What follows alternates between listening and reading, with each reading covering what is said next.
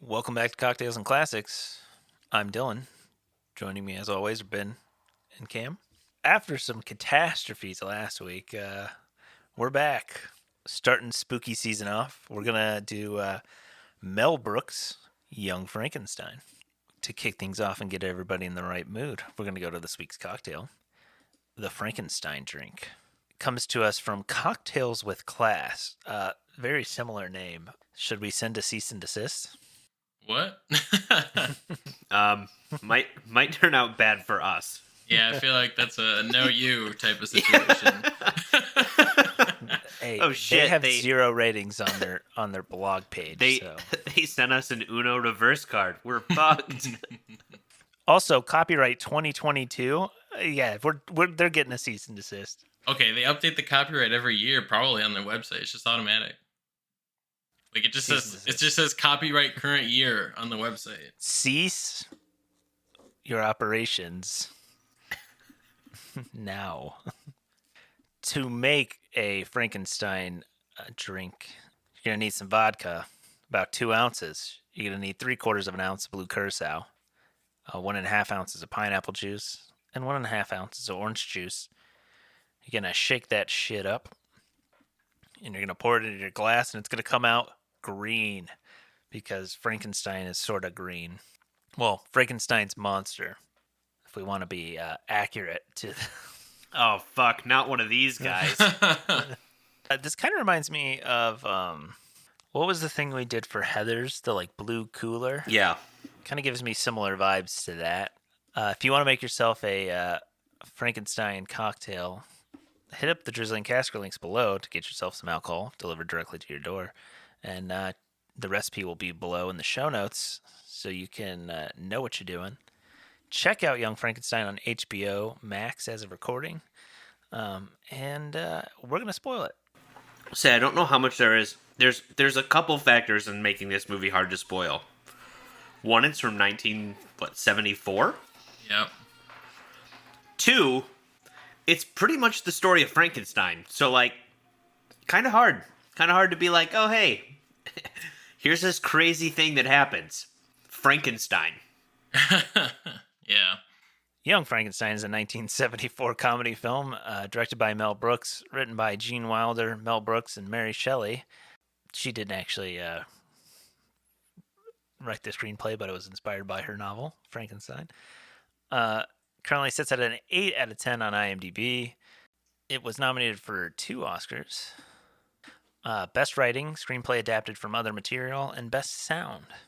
And it's the story of an American grandson of the infamous scientist Frankenstein, struggling to prove that his grandfather was not as insane as people believe.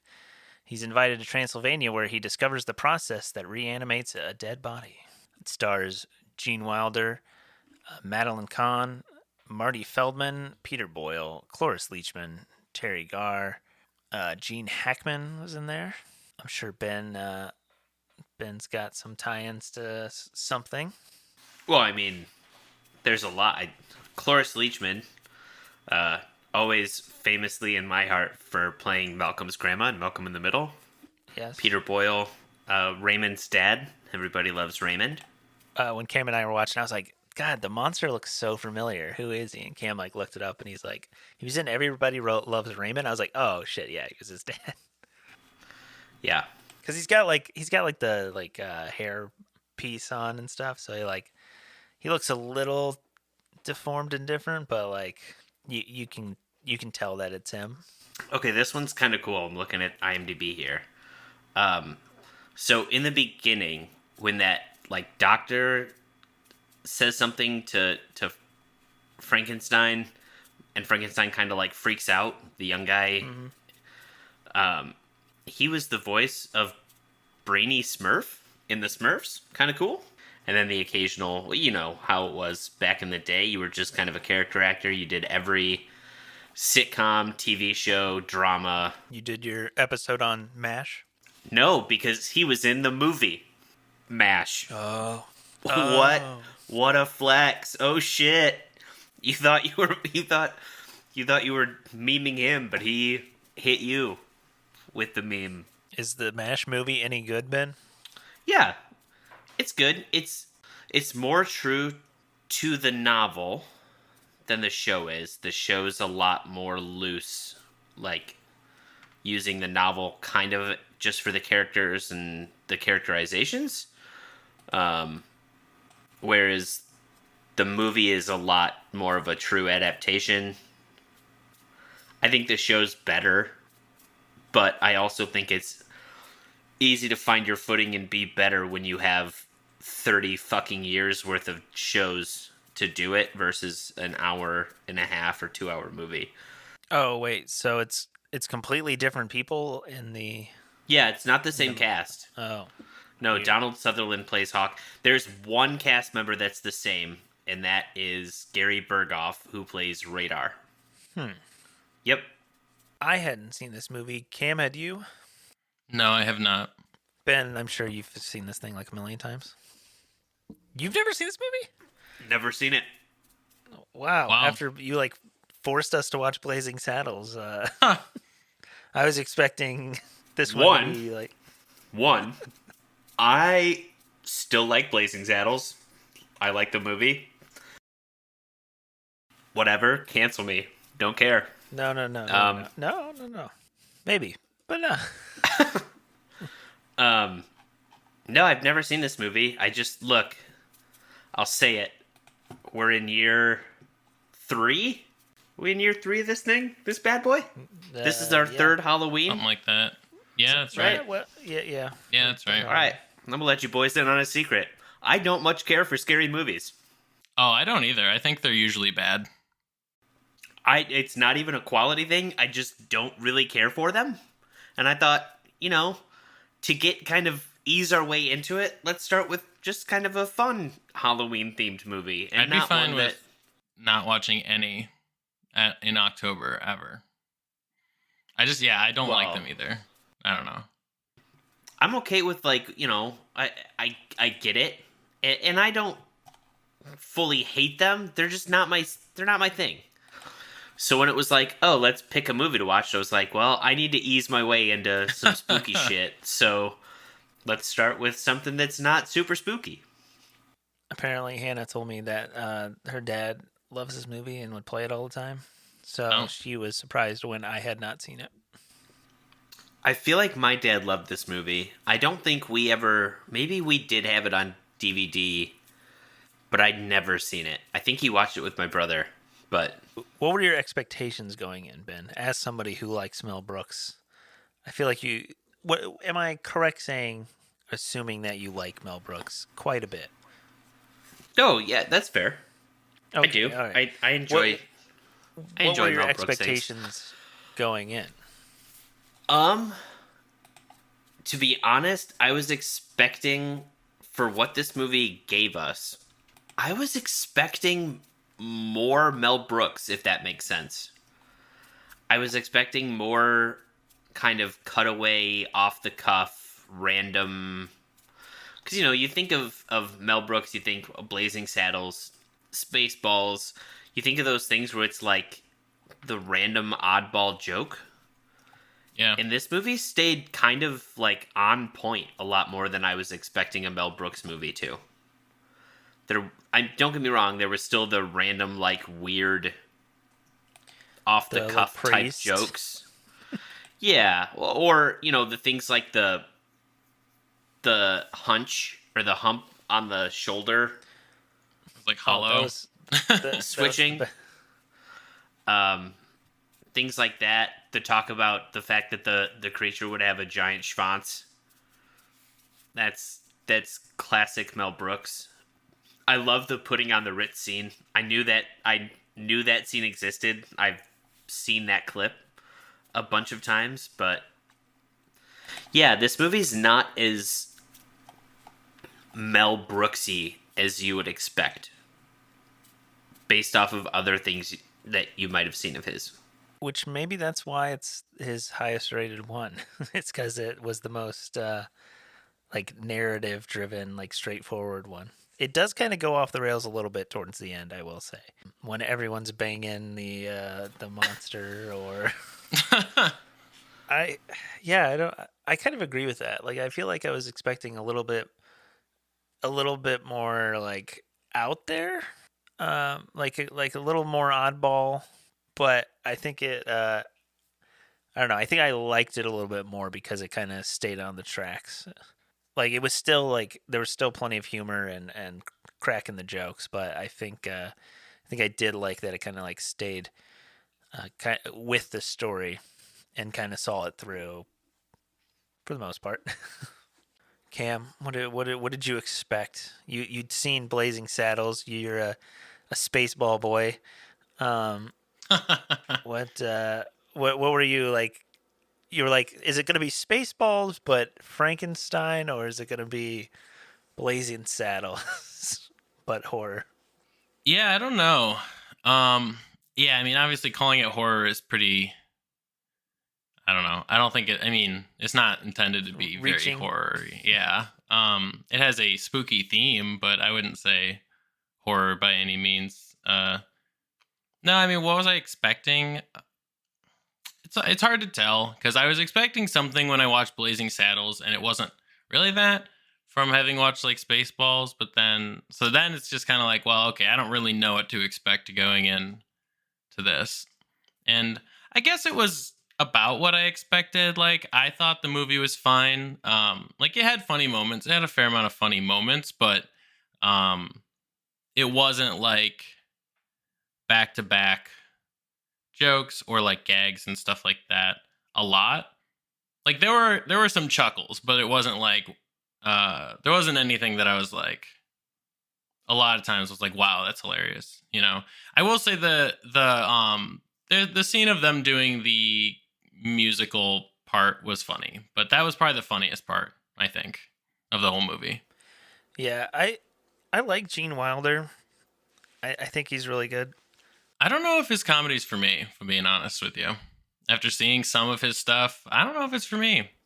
I think Marty Feldman carries a lot of the scenes as Oh, for Igor. sure. I think he's the. Like, I was gonna say, I think that if there is any character who's supposed to be like the zany off the wall comedy relief, not relief, but you know, I think it's Igor for sure.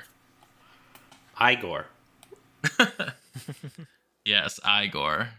so many of his bits were just so dumb that you can't help but laugh. I did love the, well, it could be worse. It could be raining. Yeah. Immediately starts raining. Just the look Gene Wilder has on his face of like, are you fucking kidding me?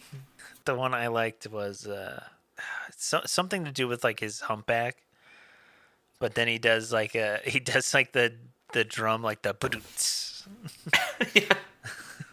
I think he just had the best lines in the movie. Like the werewolf. Werewolf? There. What? There. Wolf. There. Castle. Why are you talking that way? I thought you wanted to. No, I don't want to. Suit yourself. I'm easy. It's just like, all right. The one where he's like, I'll never forget my old dad when these things would happen to him. Things he would say to me. What did he say? Oh, what the hell are you doing in the bathroom day and night? Why don't you get out of there and give somebody else a chance? So stupid. I think that's where like a Mel Brooks comedy shines, is like the stupid humor like that, like the werewolf, their wolf, like those jokes are like just the like so out of like left field like comments to something that's like happening in the movie. Like someone will be like something sincere, and then like the answer is just like, what?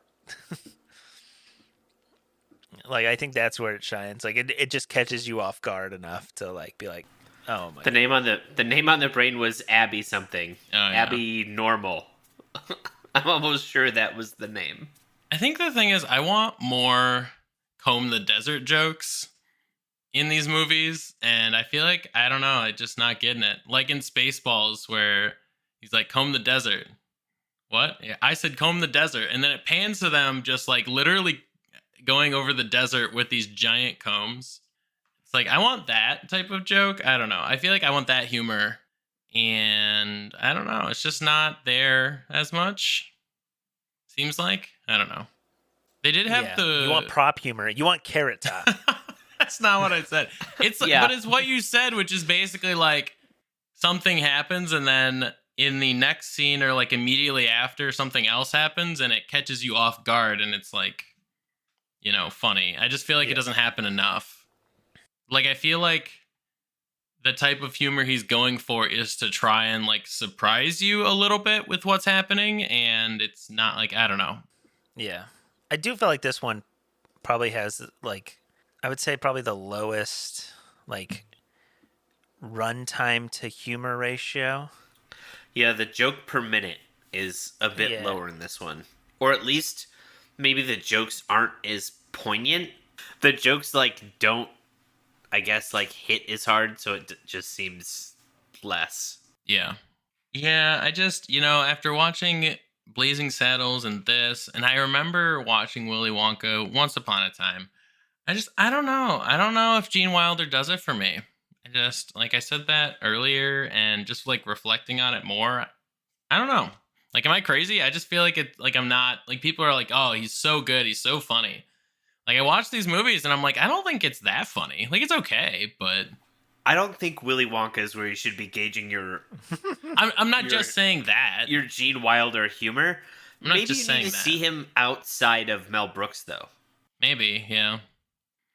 I will say, though, we have been on kind of a Madeline Kahn kick in the past couple months because we watched Blazing Saddles and Clue and Young Frankenstein now, which are 3 of her top 4 movies on IMDb, what she's known for.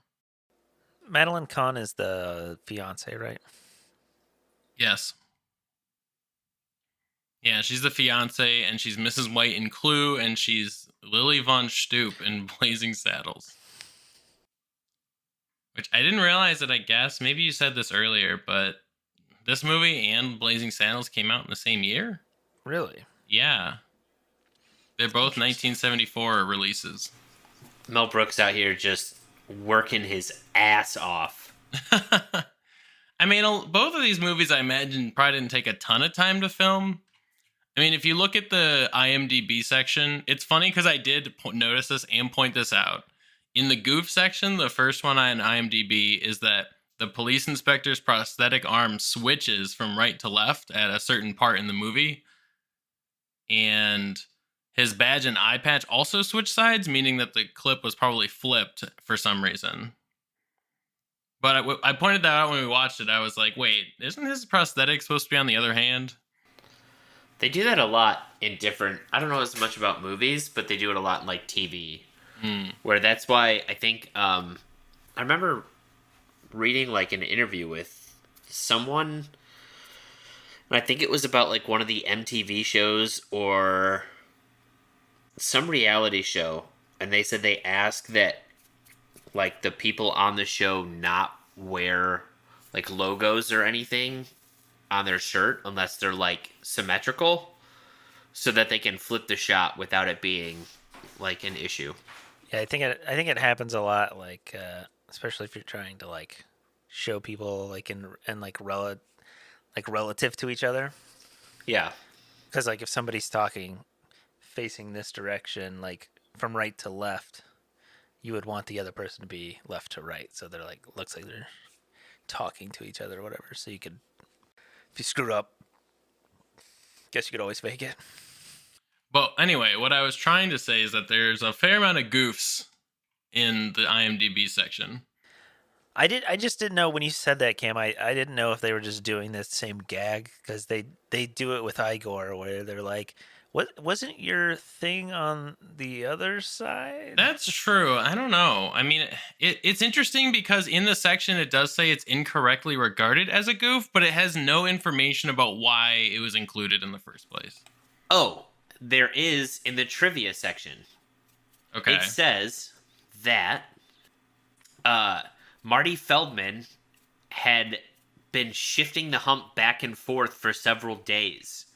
So when the crew finally, or when the cast finally noticed, they just wrote it into the script. Basically, he was just fucking around with everyone.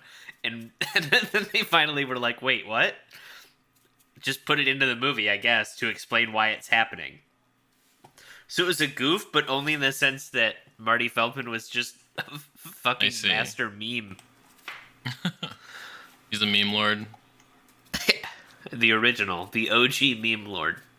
Also, sad fact about that guy, he died at like 47 or something. He died really young due to like a heart attack or something. 48. Like, damn, that's so young. Wow. So yeah, he died of a heart attack, Cam. A massive heart attack caused by shellfish food poisoning. Oh my god. Dude died from shellfish? Gave someone food poisoning so bad that they fucking died? That's insane. That's pretty fucking rough. Yeah, it's another reason not to eat seafood. When Gene Wilder signed on to do Blazing Saddles, he said that he would do it, but the next movie Mel made had to be like his movie idea, and his movie idea was Young Frankenstein. Interesting. Okay. So he, I think, came to Mel Brooks like with a lot of the like movie idea done, and then they kind of just hammered out the actual screenplay. Interesting. Okay. Going through some of this trivia, the like Gene Hackman ad-libbed the last line in the blind man scene. I was gonna make espresso. The scene immediately fades to black because the crew erupted into fits of laughter. Hackman was unable to repeat the line without laughing with the rest of the crew, so the first take was used. Damn. That scene is so weird. Like that is the Mel Brooks like trademark scene to me, is that one where it's just like out of the blue some random character gets inserted. Man, I really wish I had somebody to spend these last moments with. Shows up. Have a whole bit together for about 5 to 10 minutes. It's like the Family Guy type scene, and then just dip out. Yeah, that's Mel Brooks reminds me very much of like the Family Guy type of like, oh, let's just cut away to some random joke, but I guess we'll make it work. I guess Mel Brooks added scenes to continue shooting because they didn't want to stop making the movie. According to this, they were like, oh yeah, we're enjoying it so much, we just added shit to shoot again. Like, okay, weird. So I did see where they said the original cut of the movie was like twice as long, and they cut a shit ton out.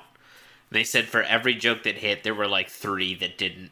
So they had to cut just a bunch.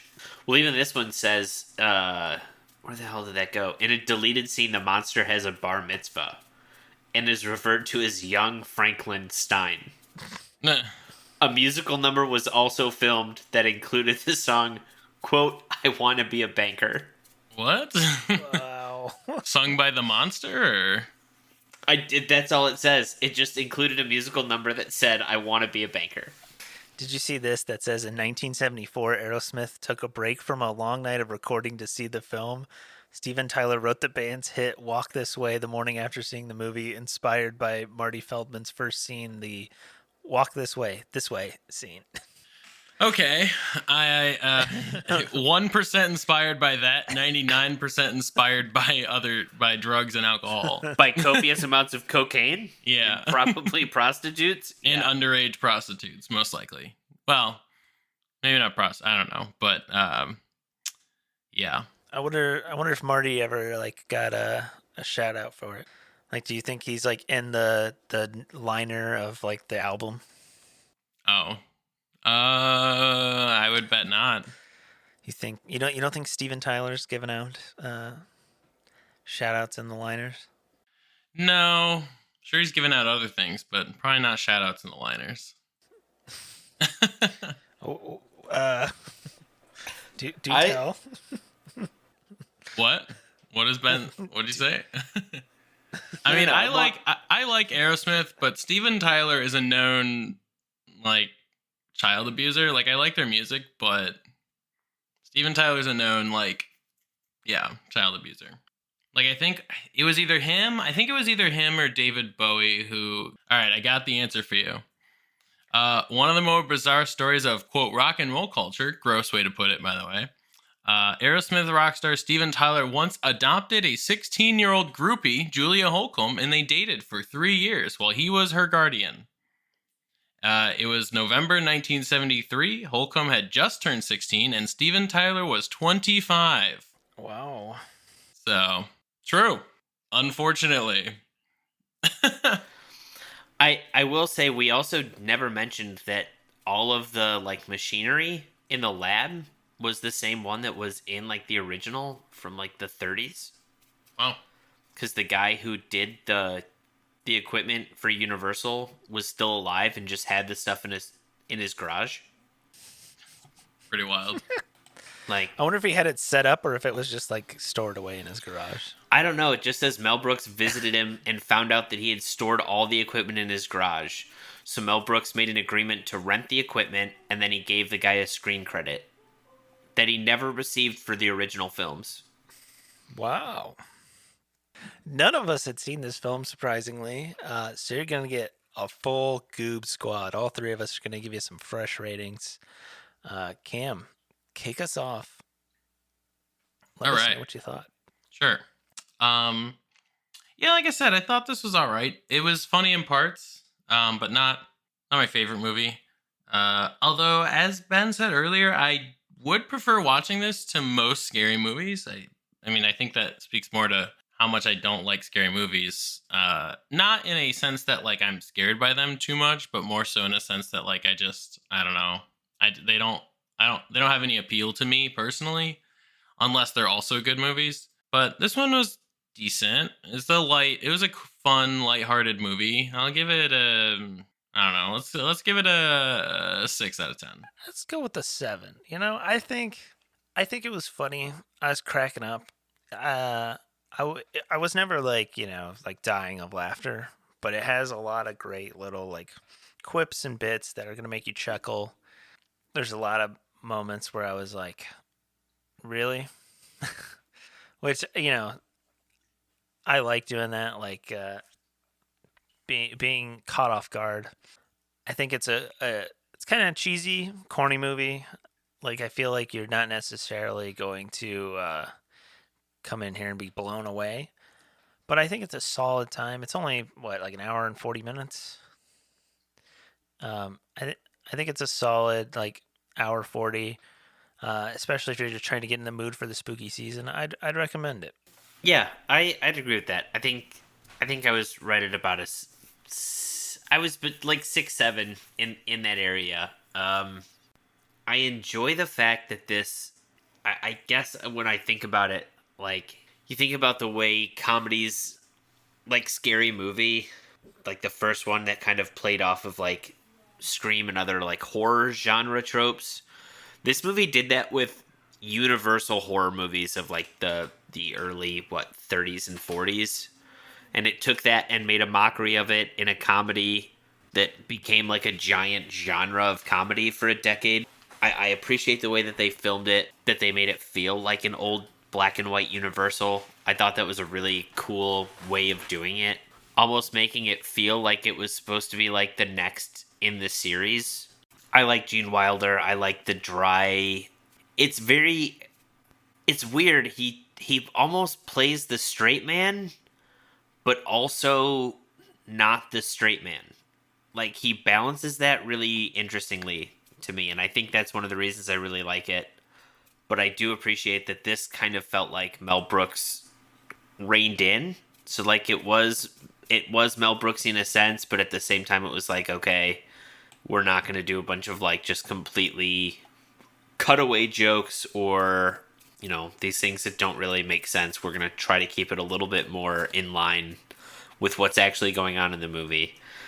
This would definitely be a movie that goes into, like, a Halloween rotation for someone who doesn't like scary movies. Hit up the Drizzling Cash links below. Check out the show notes. Make yourself a Frankenstein cocktail. Share us with your friends and family. Give us a rating. Spotify, Apple. That helps us out. Check us out on the next one. And as always, watch responsibly.